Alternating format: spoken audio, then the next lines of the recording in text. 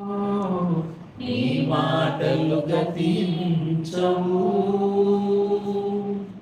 సున్నైనను ఒక్క పొల్లైనను నీ మాటలు గతించవు.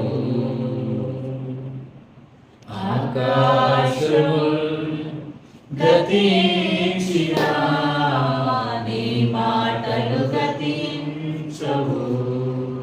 యేసయ్యా ఆకాశము గతించినా నీ మాటలు గతించవు. నరుడవు కావు నీవు మాట మార్చుటకు, అవతారం కాదు అంతరించిపోవుటకు. నరుడవు కావు నీవు మాట మార్చుటకు, అవతారం కాదు అంతరించిపోవుటకు. తరములు మారినా లోకమంతరించినా, తరములు మారినా లోకమంతరించినా నీ మాటలు నిత్య జీవ ఊటలు. నీ మాటలు నిత్య జీవ ఊటలు. ఆకాశముల్ గతించినా నీ మాటలు గతించవు. యేసయ్యా ఆకాశముల్ గతించినా నీ మాటలు గతించవు. ఎండిన ఎముకలకు జీవమిచ్చు మాటలు, అఘోరు లోయకు నిరీక్షనిచ్చు మాటలు. ఎండిన ఎముకలకు జీవమిచ్చు మాటలు, అఘోరు లోయకు నిరీక్షనిచ్చు మాటలు. గాఢాంధకారములో వెలుగునిచ్చు మాటలు, గాఢాంధకారములో వెలుగునిచ్చు మాటలు. నీ మాటలు కృపాక్షేమ బాటలు. నీ మాటలు కృపాక్షేమ బాటలు. ఆకాశముల్ గతించినా నీ మాటలు గతించవు. యేసయ్యా ఆకాశముల్ గతించినా నీ మాటలు గతించవు. సున్నైనను ఒక్క పొల్లైనను, సున్నైనను ఒక్క పొల్లైనను నీ మాటలు గతించవు. సున్నైనను ఒక్క పొల్లైనను నీ మాటలు గతించవు. ఆకాశముల్ గతించినా నీ మాటలు గతించవు. యేసయ్యా ఆకాశముల్ గతించినా నీ మాటలు గతించవు. పరిశుద్ధుడా కృపగల తండ్రి యెహోవా నామము వహించిన నజరేయుడనే యేసుక్రీస్తు అతి శ్రేష్టమైన నామములో మీకు స్తుతులు స్తోత్రములు వేలాది కృతజ్ఞతాస్తుతులు చెల్లిస్తున్నాము తండ్రి. యేసు నామములో మీకు మహిమ ఘనత ప్రభావాలు చెల్లిస్తున్నాము తండ్రి. తండ్రైన దైవమా యెహోవా వందనాలు వందనాలు వందనాలు వందనాలు. కృతజ్ఞతాస్తుతులు మహిమ ఘనత ప్రభావాలు చెల్లిస్తున్నాము పరమ తండ్రి నజరేయుడనే యేసు నామములో. Thank you, my Lord. యెహోవా నామము కలిగిన పరిశుద్ధ దైవమా మీకు స్తోత్రము స్తోత్రము పరిశుద్ధుడైన యెహోవా, పరిశుద్ధుడైన యేసయ్యా, పరిశుద్ధాత్మ దైవమా, పరిశుద్ధుడైన పరమ తండ్రి యెహోవా, పరిశుద్ధుడైన నీ కుమారుడు యేసు నామములో పరిశుద్ధాత్మ సహాయం పరిశుద్ధ దైవమా నీకే చెల్లిస్తున్నాము. హల్లెలూయా. పరిశుద్ధ దైవమా నీకే స్తోత్రం.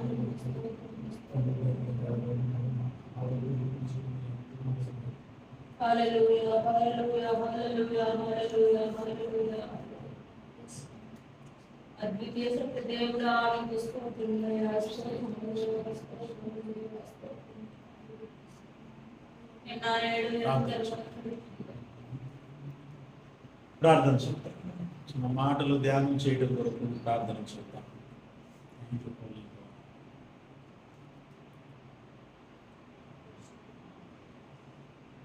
మహోన్నతుడా, మహాగణుడా, కృపగల తండ్రి, సహాయకుడా, నజరేయుడైన యేసు నామములో మీకు స్తుతులు స్తోత్రములు వందనాలు చెల్లిస్తున్నాము తండ్రి.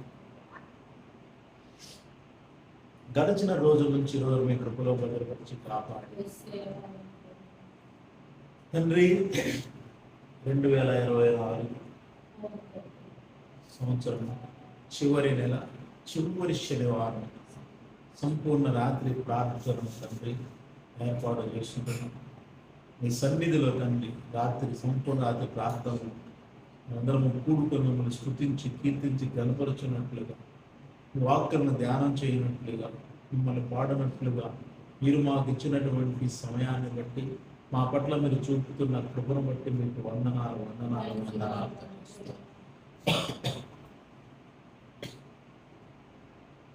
స్తోత్రాలు చెల్లిస్తున్నాను. సహాయం చేయండి.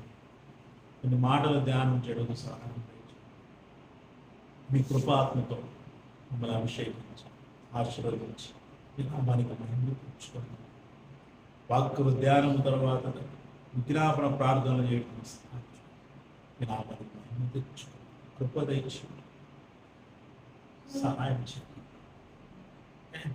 యేసు నామములో ప్రార్థిస్తున్నాను తండ్రి. ఆమేన్. Praise the lord. హల్లెలూయా.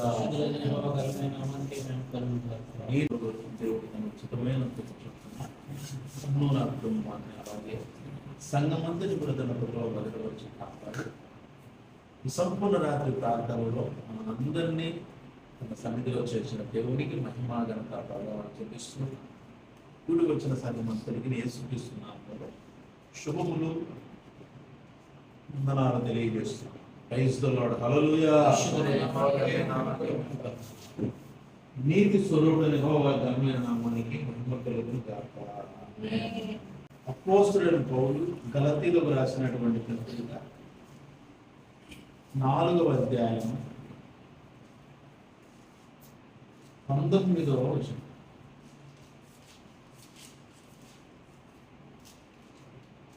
నా పిల్లలారా, క్రీస్తు స్వరూపం మీ అందు ఏర్పడు వరకు మీ విషయమై మరలా నాకు ప్రసవ వేదన కలుగుచును. చాలు.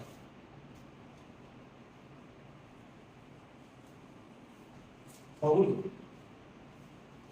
గలతీలో ఉన్నటువంటి సంఘానికి లేఖను రాశాడు. ఈ లేఖను ఎలా రాశాడు అంటే చాలా వేదనతో, చాలా బాధతో రాశాడు. కారణం ఏంటి అంటే క్రీస్తుని విశ్వాసంతో అంగీకరించారు. వాళ్ళలో జరిగిన కార్యాలు కానీ, అలాగే అక్కడ జరిగిన అద్భుతాలు కానీ, స్వస్థతలు కానీ, ఇంకా చనిపోయిన వాళ్ళు లేవటం కానీ, దయ్యాలు వెళ్ళగొట్టబడటం కానీ, ఇవన్నీ పక్కన పెడితే ఆయన ద్వారా వచ్చినటువంటి పరిశుద్ధాత్మ శక్తి ద్వారా వచ్చినటువంటి మాటలు ఇక్కడ ఉన్న వారి జీవితాలలో గొప్ప మారు మనస్సును కలిగజేశాయి. Praise the lord. హల్లెలూయా. పాపము చేయకూడదని, చేసిన పాపాలు ఒప్పుకోవాలని, అంటే మనిషిగా ఉన్నటువంటి ప్రతి ఒక్కరు పాపంతో ఉన్నవారిని వాళ్ళు గుర్తించి గ్రహించి మారు మనసు పొంది విశ్వాసంతో దేవుని చేత ఎరుగబడిన వారిగా తయారయ్యారు. Praise the lord. హల్లెలూయా. అందరూ కూడా దేవుని చేత ఎరుగబడ్డారు. అంటే గలతీ అనేది ఏంటంటే అన్యుల నివాసం ఉంటే ప్రాంతం, అంటే విగ్రహారాధికుల నివాసం ఉంటే ప్రాంతం. వాళ్ళు అనేక మంది దేవతలు కలిగినటువంటి వారు, దేవతలను ఆరాధన చేసేటటువంటి. అందుకనే ఇక్కడ చాలా అందుకనే మాట రాస్తాడు, ఆ కాలం ముందైతే మీరు దేవుని ఎరుగని వారే, నిజమునకు దేవుళ్ళు కాని వారికి దాసులై ఉంటేనే కానీ ఇప్పుడు మీరు దేవుని ఎరిగిన వారు. మరి విశేషంగా దేవుని చేత ఎరగబడిన వారనై ఉన్నారు కనుక బలహీనమనేవి నిష్ప్రయోజనమైనవి మూలపడడం మరలా తిరిగిపోయారు. అంటే ఒకప్పుడు అలా ఉన్నారు, ఇప్పుడు మీరు దేవుని చేత ఎరుగుపడ్డారు. అయినప్పటికీ ఇక్కడ అందుకనే వేదనతో రాస్తున్నాడు. అక్కడ ఏ వేదన పడుతున్నాడు? ప్రసవ వేదన. ఎందుకు? క్రీస్తు స్వరూపం ఏర్పడాలి. ప్రైజ్ ది లార్డ్, హల్లెలూయా. ఏ సంఘంలో ఏ సేవకుడు క్రీస్తు స్వరూపం గురించి చెప్తున్నాడు? మరి క్రీస్తు స్వరూపం ఏర్పడద్దా? నన్ను ఏర్పడాలా? ఎలా ఏర్పడింది? మన ఆలోచనలు వేరుగా ఉన్నాయి, మన తలంపులు వేరుగా ఉన్నాయి, మన నడకలు వేరుగా ఉన్నాయి, మన జీవన విధానం వేరుగా ఉంది. ప్రభువు కాకుండా మనం అన్నీ చేస్తాం, ప్రభువు కొరకు కాకుండా మనం అన్ని పనులు చేస్తాం, అవునా కదా? ప్రభు కొరకు ఏం చేయం, ప్రభువు కొరకు ఏమీ చేయకుండా క్రీస్తు స్వరూపం ఏర్పడి అలా అంటే ప్రభు కోసమే చేస్తున్నాం అంటున్నాం. మరి ఎక్కడ అది కూడా వాడాడు ఆయన మాట. అంటాడు, ఎవరు చేసినా ప్రభువును కనపరచడానికి చేస్తున్నారు అంటాడు. ప్రభువును కనపరచడానికి చేస్తున్నాం, బాగానే ఉంది. ఇప్పుడు ఉదాహరణకి ఇప్పుడు క్రిస్మస్ అందరూ కూడా దేని కోసం చేస్తున్నారు? కొంతమంది నిజంగా చెప్తున్నా సువార్త కోసమే చేస్తున్నారు. కొంతమంది ఎలా కలిసి అందరినీ సంఘంలో చేర్చాలి అని చేస్తున్నారు. ఓకే, బాగానే ఉంది. లాజిక్ మర్చిపోతున్నారు అక్కడ. ఏంటో లాజిక్ అంటే దేవునిది కాని నిజము కాని ఒక మనుషులో లేదంటే ఒక రాజ్యమో, మనుషులు కానీ ఒక రాజ్యము కానీ ఒక సంస్థ కానీ ఏర్పాటు చేసి పెట్టిన, లేదంటే వాళ్ళు పురాతన కాలములో వాళ్ళందరూ కలిసి ఆ దినాలలో వాళ్ళు పూజించేటటువంటి దేవతలకు చేసేటటువంటిది తీసుకొచ్చి యేసుక్రీస్తు కలిపి చేసేస్తున్న దాన్ని మనం చేద్దాం క్రీస్తు కొరకు అన్నట్టు ఎంతవరకు సమంజసమో అర్థం కాదు. కారణం ఏంటంటే ఉదాహరణ, దేవుడు బోల్డని మాటలు చెప్పాడు, నేను ఇతనితో సమానుడని మీరు నన్ను ఎవరితో సాటి చేస్తారు అవునా? అంటే ఇప్పుడు ఇక్కడ వాళ్ళు మర్చిపోయేది ఏంటంటే ఈ 25 అనేది ఒక దేవతకు సంబంధించింది. ఏం చేస్తున్నారు ఇప్పుడు? దేవతను పక్కన పెట్టి ఈ 25 క్రీస్తుకు సంబంధించిందని చేస్తున్నారు. ఇది ఎంతవరకు కరెక్ట్? ఇలా చేయవచ్చా? అంటే ఆ తేదీన దేవతను పక్కన పెట్టి ఎవరు చేస్తున్నారు? యేసుక్రీస్తుని చేస్తున్నారు. అని అక్కడ మనం ఏం చేస్తున్నాము? పరిశుద్ధుడైనటువంటి యేసయ్యను ఎవరితో పోలుస్తున్నాము? ఎవరితో సమానం చేస్తున్నాము? ఒక దేవతతో సమానం చేస్తాం. మరి ఇలా చేస్తే దేవుడు ఊరుకుంటాడు? లాజిక్ మర్చిపోతున్నాడు. ఒక పెద్ద సేవకుడు అంటాడు, సరే డిసెంబర్ 25 పుట్టలేదు, అయితే ఏంటి? ఏంటంట అయితే ఏంటి? పుట్టాడా లేదా? పుట్టాడు. గుడ్ ఫ్రైడే రోజు మేము చేస్తాం. చనిపోయాడు. అయితే ఏంటి? చనిపోయాడా లేదా?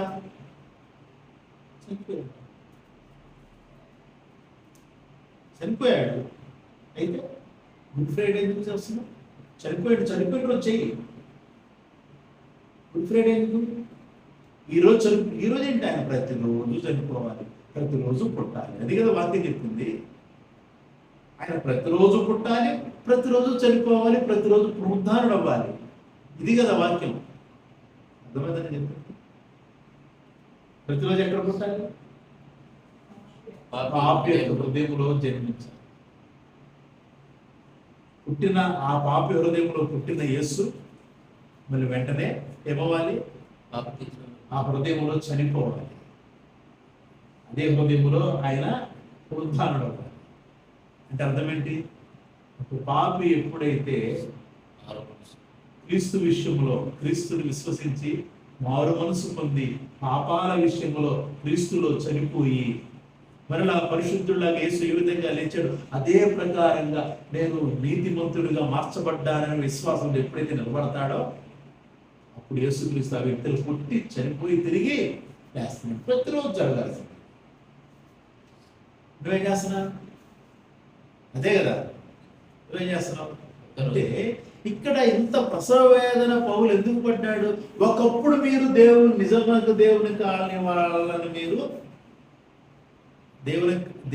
దేవుళ్ళు కాని వారి దాసులై ఉన్నారు. కానీ ఇప్పుడు మీరు దేవుని ఎరిగిన వారును, మరి విశేషముగా దేవుని చేత ఎలా ఆగబడ్డారు? దేవుని చేత ఎరుగబడ్డామా? దేవుని చేత దేవునికి మనం తెలుసా? మనకు దేవుడు తెలుసు. మనం దేవునికి తెలుసా? తెలియాలిగా. మనం దేవునికి ఎలా తెలుస్తుంది? దావీదు దేవుని హృదయానుసారం. ఎలా? ఆయన వాక్యాల ప్రకారం ఇష్టానుసారంగా జీవించాడు. దేవుడు ఎలా చెప్తే అలా జీవించాడు. చెప్తే చేశాడా, జీవించాడా? ఆయన ఇలా దేవుడు చెప్పకుండానే దేవుని హృదయాన్ని ఎరిగిన వాడు దావీదు. ఆజ్ఞలు ఉన్నాయి కదా, ఆజ్ఞల్లో పట్టుకున్నాడు, ఆజ్ఞ ప్రకారంగా వెళుతూ ఉన్నాడు. ఒక్క విషయంలో తప్ప, అది వెంటనే వస్తుంది మనందరికి. ఒక్క విషయంలో తప్ప, అందుకు దేవుడు కూడా అదే మాట్లాడు. ఆ ఒక్క విషయంలో తప్ప దావీదు ఏ విషయంలోనూ పాపం చేయలేదు. ఒక్క విషయం. ఎవరి విషయం? అది ఊరియా విషయం. ఊరియాని చంపించాడు. అదే దేవుడు చూసింది పాపం కాదు. బత్షెబతో పాపం చేసిన దాన్ని కాదు, ఊరియాని చంపించాడు చూడు. అంటే పాపంగా చూడలేదని కాదు, దాన్ని కప్పిపుచ్చడానికి ఊరియాని చంపించాడు. ఎలా చంపించాడు? దేవుడు చూడాలి నేను చేసేది అనుకున్నాడు, మర్చిపోయాడు. అలా అనుకోడు కానీ అంటే తన ఆ స్థితి వచ్చేసరికి దేవుడు చూస్తాడా లేదా, నేను చేసేది తప్ప కాదా అనే ఆలోచన రాదు. అందుకనే నాతాన్ అనే ప్రవక్త ద్వారా దేవుడు దావీదును హెచ్చరించాడు. అది దేవునికి ఏమాత్రం కూడా ఇష్టం లేదు. అంటే ఇక్కడ దేవుని చేత ఎరుగుపడ్డాడు దావీదు. అంటే కారణం ఏంటంటే గొర్రెల కాపరిగా ఉన్నటువంటి, గొర్రెలు కాచుకున్న సమయంలో తనకు తెలుసో తెలియకో దేవుడిని పాడుతూ ఉండేవాడు, దేవుణ్ణి కీర్తిస్తూ ఉండేవాడు, గణపరుస్తూ ఉండేవాడు. అంటే తను పెరిగిన వాతావరణం దేవుని యొక్క వాతావరణం, ధర్మశాస్త్రపు వాతావరణం. మనం కూడా వాక్యాన్ని బాగా చదివితే, ధ్యానం చేస్తామంటే అప్పుడు దేవుని మనసు మనకు తెలుస్తుంది. అప్పుడు మనం దేవుని చేత తెలియపడతాం.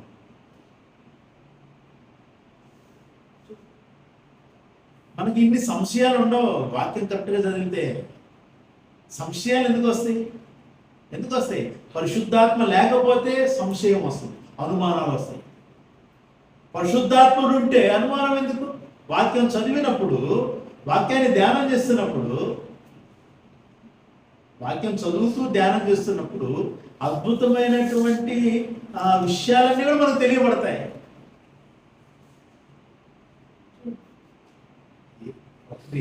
ఇప్పుడు మేము ఇంకో విషయం చెప్పాలి. యేసుక్రీస్తు ప్రభువారు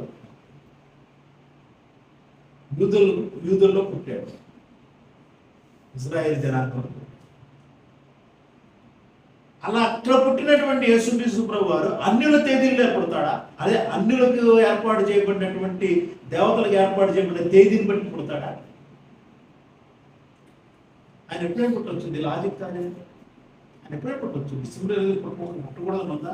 ఉంది. దానికి కొన్ని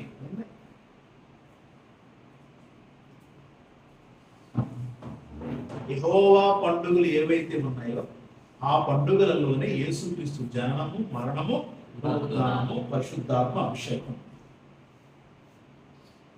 యేసుక్రీస్తు మనకేం కనపడుతుంది? కేవలం పస్కా రోజు చనిపోయాడు ఆయన, పెంతెకొస్తు పండుగ రోజు పరిశుద్ధాత్మ వచ్చింది. అంతే, ఈ రెండే కనపడుతున్నాయి. మరి ఆయన పుట్టింది వద్దా? ఆయన పునరుద్ధానుడు అయింది, పునరుద్ధానుడు అని చనిపోయాడు, పునరుద్ధానుడయ్యాడు, పరిశుద్ధాత్మ కుమ్మరింపబడింది. ఈ మూడే మనకు కనపడుతున్నాయి. చనిపోయింది, పునరుద్ధానుడైంది, పరిశుద్ధాత్మ కుమ్మరింపబడింది. పులి రొట్టెల పండుగ దాని గుర్తు అంటాం. పస్కా పండుగ యేసుక్రీస్తు చనిపోవడానికి, పులి రొట్టెల పండుగ ఏంటంటే ఆయన పునరుద్ధానుడి గుర్తు అంటాం. పెంతెకొస్తు పండుగ పరిశుద్ధాత్మ గుర్తు అంటాం. దేవుడు ఒక ప్రణాళిక ప్రకారంగా అద్భుతం అది. అసలు ఒక యేసుక్రీస్తు ప్రభువు చనిపోయింది, చనిపోయిన దగ్గర నుంచి 40 దినాలు లెక్కేసి అందరికి కనపడి మరో 10 రోజుల్లో మీరు పరిశుద్ధాత్మతో నింపబడతారు అని చెప్పడం. కరెక్ట్గా 10వ రోజు పరిశుద్ధాత్మ దిగిరావటం, అదే రోజు పెంతెకొస్తు పండుగ అవడం. ఇదంతా ఏంటి? ప్రణాళిక కాదా?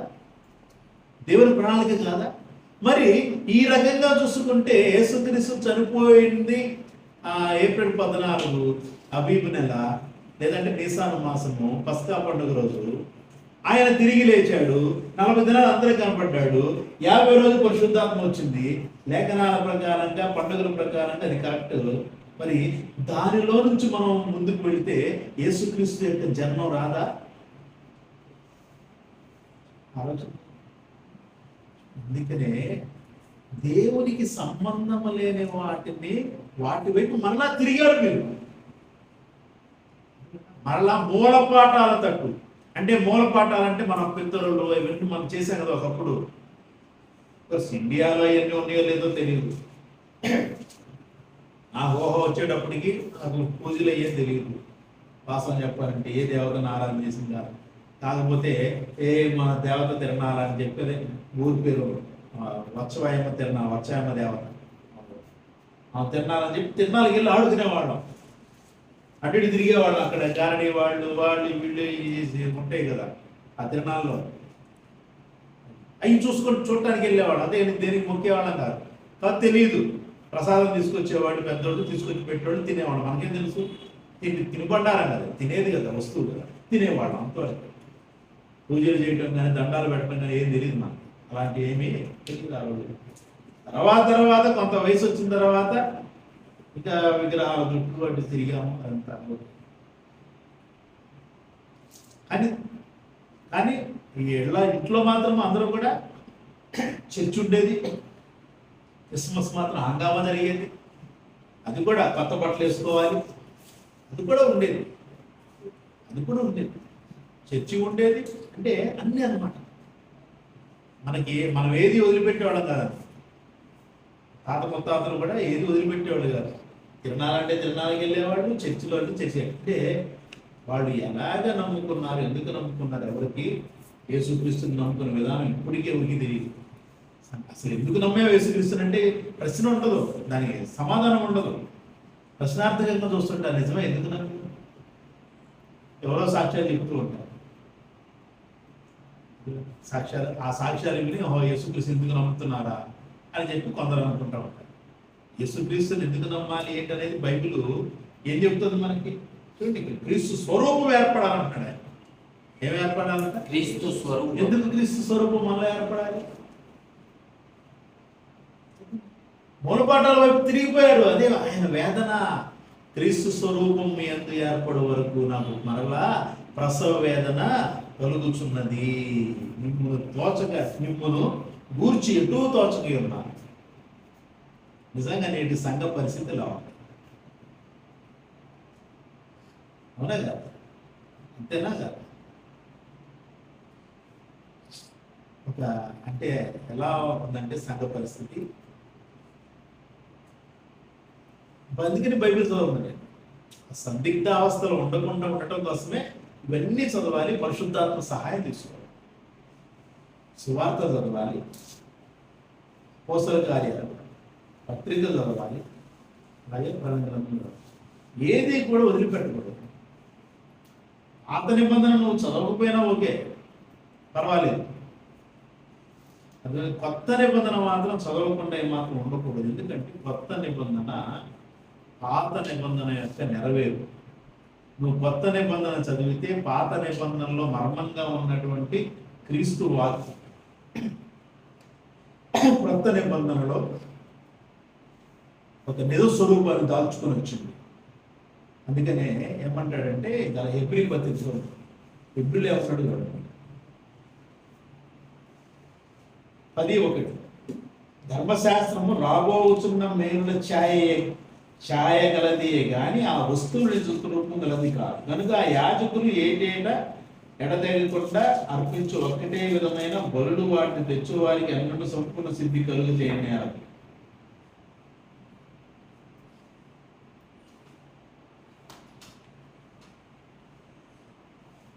నిజ స్వరూపం క్రీస్తు తర్వాత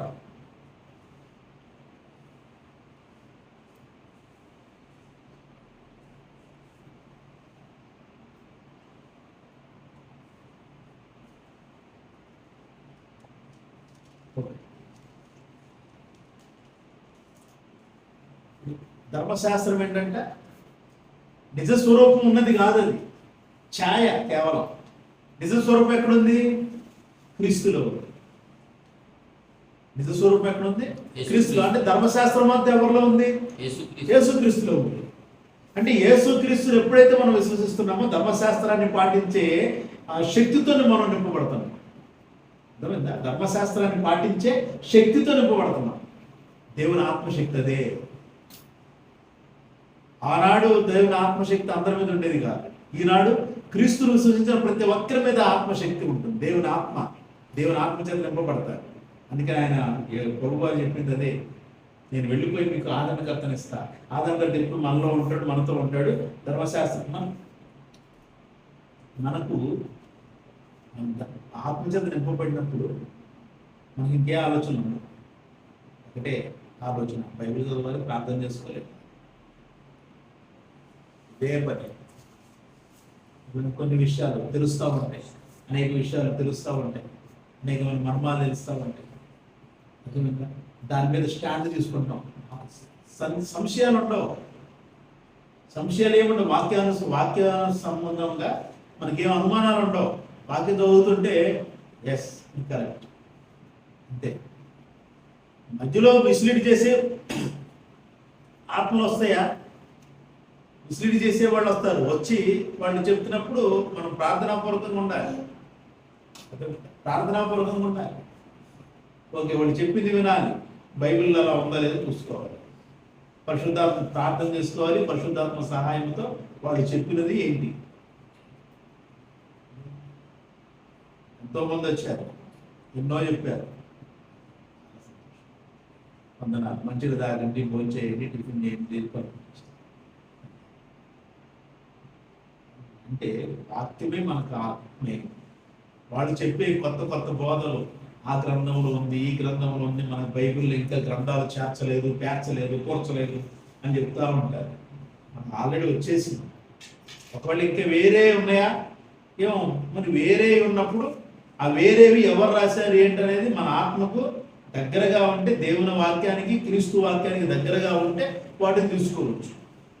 అవి లేనప్పుడు మన దగ్గరికి ఇవే వచ్చినప్పుడు ఇంకా వేరే కొత్త ఇంకా దొరుకుతున్నాయి అనుకుంటేలా మనకెందుకు? అవన్నీ కాదు. మనకి ఇప్పుడు లాస్ట్ మనం అంత్య దినాల్లో ఉన్నాం.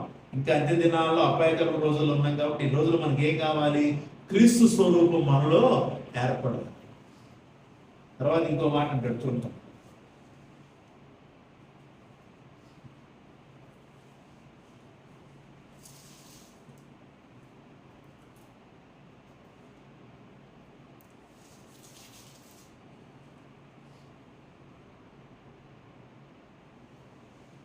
ఎఫెసీ 4:24.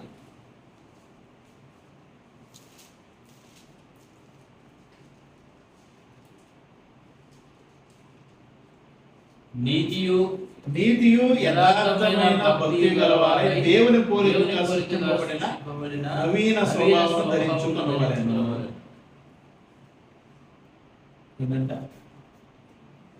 నీతియు యథార్థమైన భక్తి గలవారై దేవుని పోలికగా సృష్టింపబడిన నవీన స్వభావం ధరించుకోవాలి. నవీన స్వభావాన్ని ధరించుకోవాలి. ఇక్కడేమో క్రీస్తు స్వరూపం మనకు ఏర్పడాలని కోరుకుంటాడు. అక్కడేమంటున్నాడంటే నవీన స్వభావం ధరించుకోవాలి. దేవుని పోలికగా సృష్టింపబడిన నవీన స్వభావం. దేవుని పోలికగా సృష్టించబడిన నవీన స్వభావం ఏంటిది? దేవుని పోలికగా సృష్టింపబడిన నవీన స్వభావం. చెప్పండి. నవీన అంటే నూతనపరచబడిన స్వభావం, నూతనమైన స్వభావం. దేవుని పోలికగా సృష్టింపబడిన నూతన స్వభావం ఏంటి? దేవుని చేత దేవుని పోలికగా సృష్టింపబడింది ఏంటి? యేసుక్రీస్తు యొక్క స్వభావం.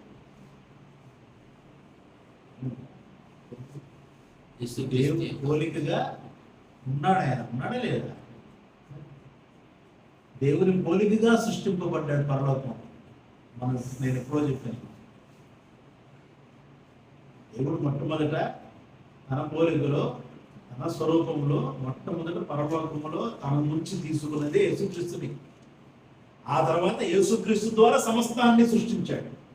దేవదూతలైనా, సింహాసనాలైనా, దేవాలయమైన, దేవాలయం ఉపకరణాలైనా ఏవైనా కానీ ఇక్కడ దేవుని పోలికగా సృష్టింపబడింది ఆయనే కదా అక్కడ. కాబట్టి ఆ నవీన స్వభావాన్ని ఇక్కడ మనం ధరించుకోవాలి. క్రీస్తు స్వరూపం మనలో ఏర్పడాలి. అది దేవుని యొక్క చిత్తము. ఎందుకంటే ఆ స్వరూపం పోయింది, ఆ పోలిక పోయింది, ఆ లక్షణాలు పోయినాయి కదా. ఇంకా మనం ఏంటంటే ఇంకా ఇవన్నీ పట్టుకొని ఇంకా ప్రాగులాడుతూ ఉన్నాం. దేవుని ఆత్మను పట్టుకోవట్లేదు, దేవుని వాక్యాన్ని పట్టుకోవట్లా. ఇంకా ఈ లోక సంబంధమైన మూలపాఠాలను పట్టుకొని ఇంకా క్రైస్తవ సమాజం వెళ్ళిపోతా ఉంది. నువ్వు క్రిస్మస్ చేసి సువార్త ప్రకటిస్తే క్రిస్మస్ రోజు వచ్చి మారు మనసు పొందిన మరలా క్రిస్మస్ కోసం జరుగుతుంది. దేవునితో ఉన్నామని ఈరోజు ఆలోచన.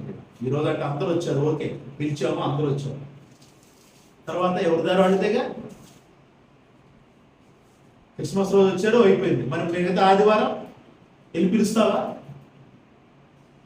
పిలవాలిగా. మరి రెండమ్మా ప్రార్థనకి. క్రిస్మస్ రోజు వచ్చారు కదా, రండి ఈరోజు అంటే ఆ రోజు పండుగ అండి వచ్చాము, మేము హిందువులు అంటారు. అవునా? అంటారా? అంటారు. పదే పదే వెళ్ళామనుకో మమ్మల్ని విసిగిస్తారని చెప్పి కేసు పెడతారు.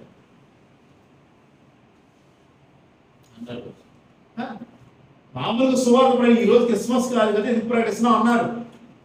సువార్త ప్రకటిస్తుంటే అంటే లోకమంతా ఏం అలవాటు చేసాం? క్రిస్మస్ రోజే సువార్త, మిగతా రోజులో దుర్వార్త.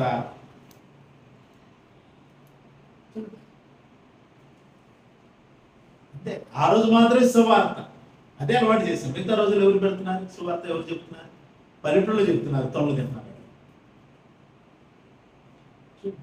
ఒక ముసలాయన సైకిల్ మీద సువార్త చెప్పుకుంటే వెళ్తున్నాడు, ఆయన ఆపి గోల చేస్తున్నారు. 79-80 సంవత్సరాల ముసలాయన సైకిల్ మీద సువార్త చెప్పుకుంటే వెళ్తానికి ఆయన ఆపి సువార్త చెప్పడానికి మీకు గోల చేస్తారు. మీరెవరు నాకు చెప్పడానికి అన్నాడు. ఇష్టం ఇంటి లేకపోతే 50 ఏళ్ళుగా చేస్తాను సువార్త అన్నాడు. ఆ మాత్రం ధైర్యం ఈరోజు ఎవరికి? ఎక్కడున్న సేవలో అదే అనుకుంటారు. సువార్త క్రిస్మస్ రోజు చెప్పాలి, మనం మిగతా రోజు చెప్పాలి. మళ్ళీ గుడ్ ఫ్రైడే అవుతుంది, గుడ్ ఫ్రైడే రోజు చెప్పాలి. మన పండుగ కాబట్టి ఊరే వాళ్ళు అలా అనుకుని వెళ్తున్నావు కాబట్టి ఆత్మను రక్షించబట్టాలి.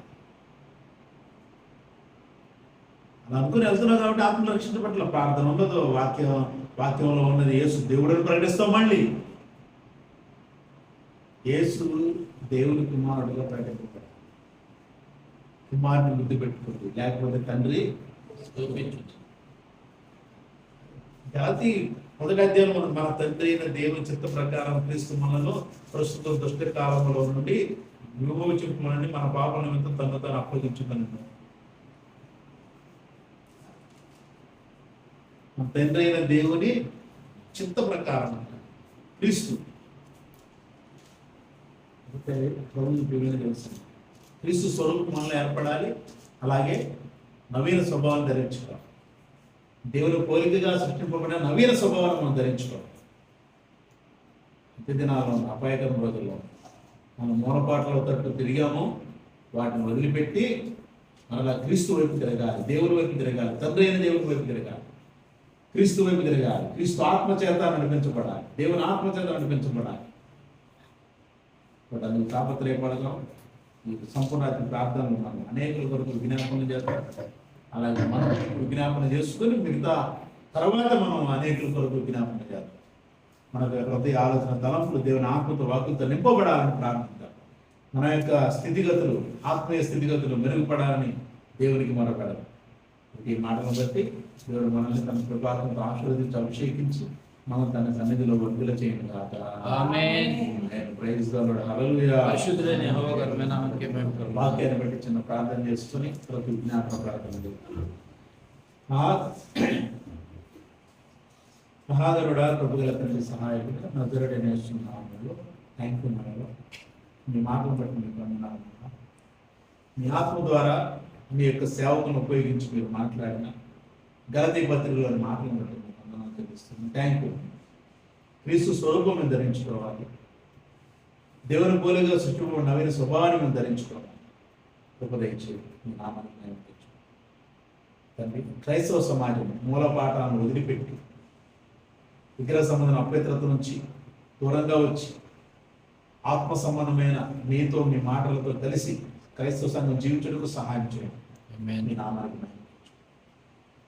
మీ కృపతో మీ ఆత్మతో సంఘాన్ని అభిషేకించిన నామాన్ని థ్యాంక్ యూ. యేసు నామములో ప్రార్థిస్తున్నాను తండ్రి. ఆమేన్.